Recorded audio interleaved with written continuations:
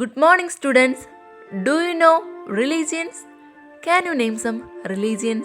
Today, we are going to study about religions that existed in our country, that is Buddhism. How did Prince Siddhartha, a young prince, transform into a spiritual leader known as Buddha? Let's check. Who was Buddha? In a kingdom long ago, nestled in ancient India, a prince named Siddhartha Gautama was born into wealth and privilege. He was sheltered from the harsh realities of the life, surrounded by everything money could buy. One day, he left his kingdom, and a series of encounters shattered his illusion of comfort. He saw sickness, aging, and death, the inevitable sufferings that plague all humanity. In that moment, he realized that no amount of money and privilege in life could shield him from the inevitable human condition. Determined to find answers, Siddhartha left his palace behind, abandoning his title and wealth. He sought understanding by becoming an ascetic monk, depriving himself of worldly pleasure after years of extreme asceticism. There he realized neither luxury nor suffering would lead to enlightenment. Now, let us check about the life of Gautama Buddha. Gautama Buddha's original name is Siddhartha. He was born in Lumbini, Kapilavastu in Nepal. He attained enlightenment at Bodh Gaya in Bihar at Bodhi Vriksha.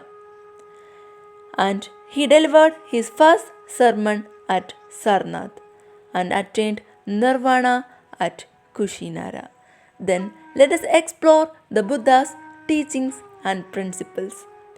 The Buddha's teachings and principles were simple and practical. He rejected the Vedas, Yagas, and the caste system. The caste system consists of Brahmins, Kshatriyas, Vaishyas, and Shudras. His concept of ahimsa was suitable to the new condition in the Ganga basin. Cattle were needed in agriculture to prepare land for cultivation and to carry goods. But cattle were killed in large number of yagas, thus adversely affected agriculture and transportation of goods. Buddha's stand against sacrifices attracted those who were engaged in agricultural activities. Buddha spread his ideas in Pali, the language of the common people. Then, let's look about the Buddha's principles.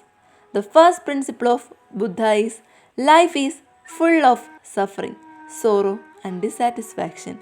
Everything in life, birthing, aging, sickness, and death brings pain or discomfort.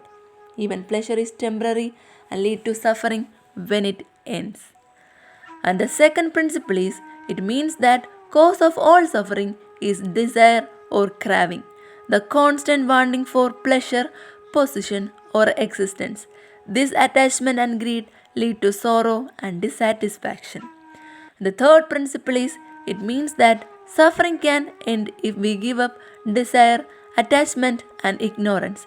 When craving stops, peace and happiness are achieved.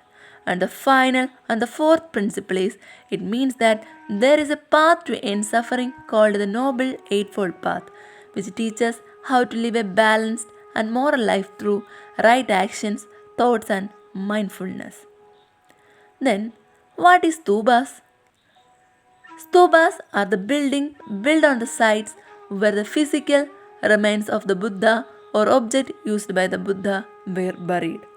Stupas are made in a semi-circular shape.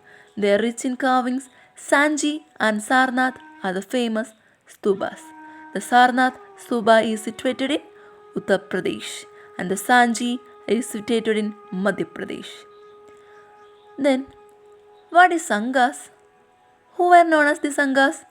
Sanghas of monks were formed to propagate Buddhism. All people were admitted to the Sangha regardless of caste and gender. Women of the Sangha were known as bhikshunis and the men were called bhikshus.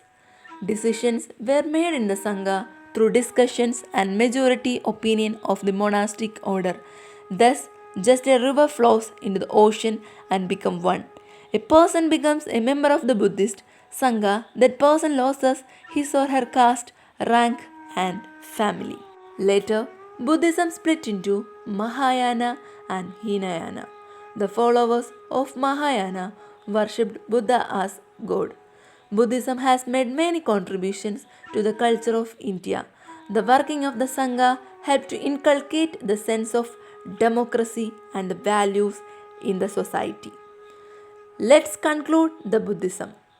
Buddhism is a spiritual path focusing on a personal growth, mindfulness, and compassion, aiming for enlightenment, that is, nirvana. According to Buddha, the mind is everything what you think you become. This is all about the Buddhism. Thank you.